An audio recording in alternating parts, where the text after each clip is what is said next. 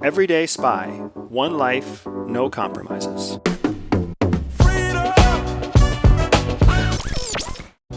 Right now in 2019, there are 14 countries around the world engaged in some sort of civil war. To me, that's just an astronomical number.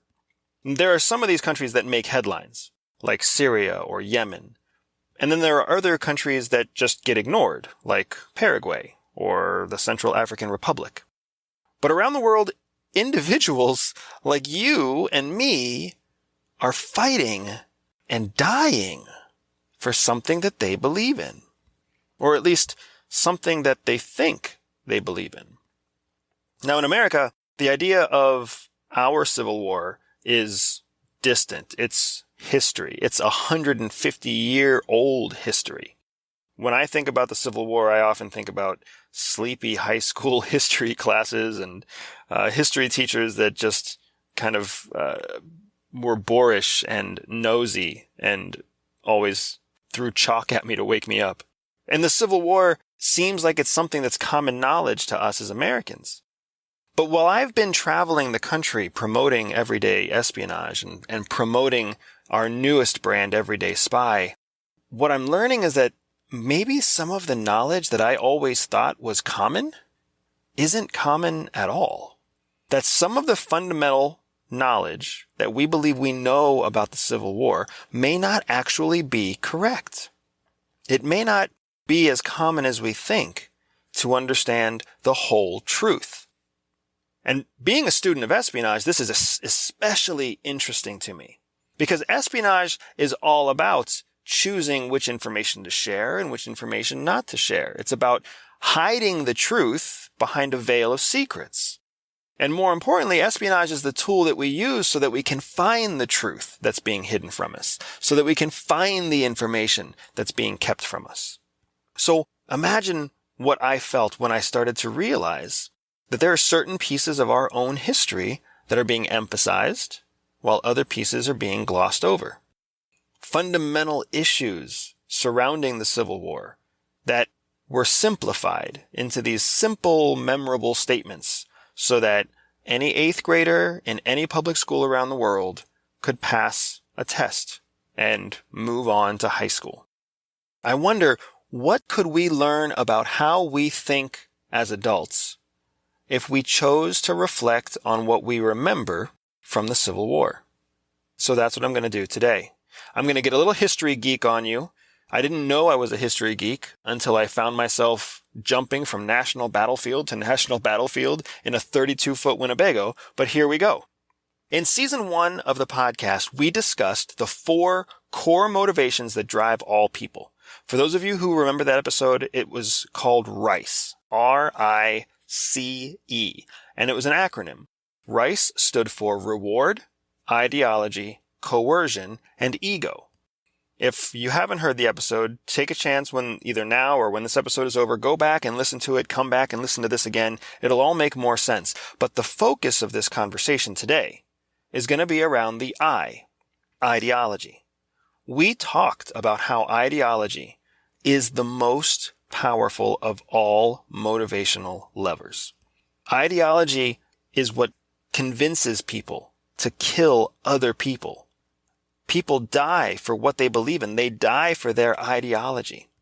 So if you wanted to control huge groups of people, arguably all you would have to do is tap into their ideology.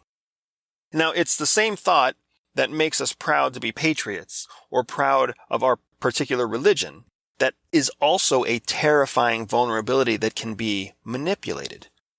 And history shows us examples. That's what happened in Nazi Germany. It's what happened in Imperial Japan. Rome, Persia, even Manifest Destiny are examples in history where huge groups of people were controlled because they shared a common ideology. Now, when we look at the Civil War, most Americans believe that our Civil War was about slavery, that the North believed all men were created equal, and the South believed that slaves were less than human.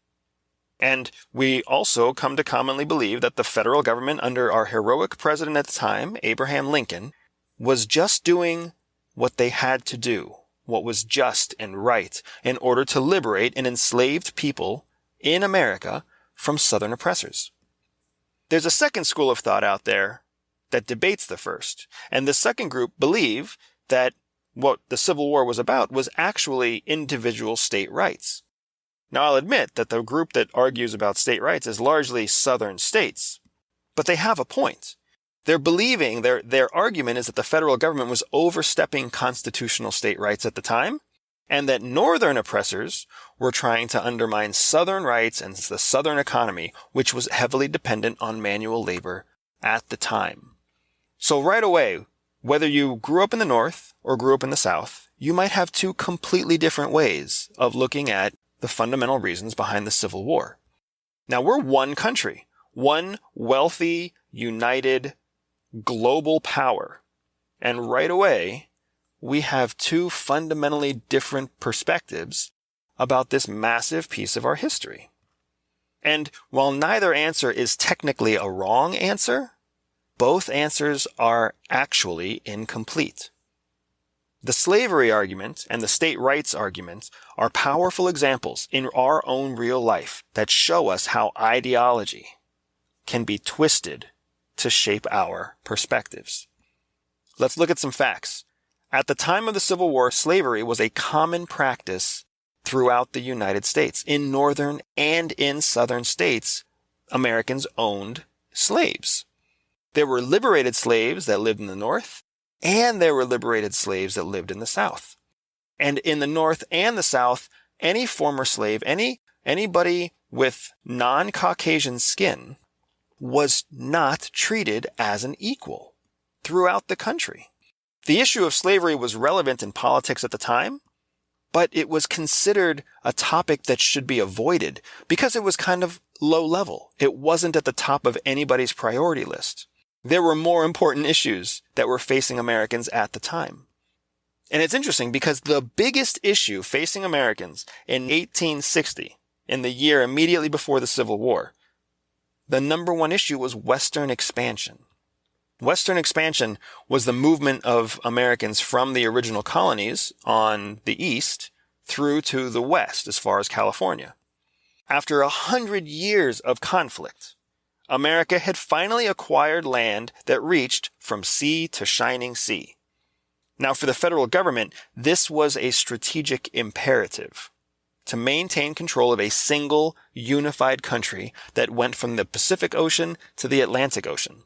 They had worked too hard to secure ocean boundaries like that to risk a country being divided.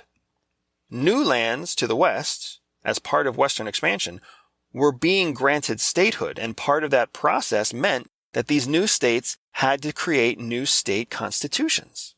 And every new state had an important decision to make. They had to decide whether they would be a free state or whether they would be a slave state. You see, we keep thinking that the Civil War was about North versus South, that the North didn't have any slaves and was trying to tell the South that they had to liberate their slaves. Or we believe that the South had slaves and was fighting for the North for the right to keep their slaves. But that's not actually the case. The North and the South were both fighting for Western expansion to occur and for those states to determine whether they were free or whether they were slave states. Nothing was going to change in the North. Nothing was going to change in the South. The only place where anything was going to change was with the new states, the states that were coming into the Union. The question of slavery wasn't hinged on morality. It was hinged on economics. As Western states decided to become agricultural states, they would often lean towards being slave states. But if a new state was going to be an industrial state, then they would lean on being a free state. The North was industrial, the South was agricultural. It was an economic-based argument, and where all of the arguments tended to overlap was on the issue of slavery.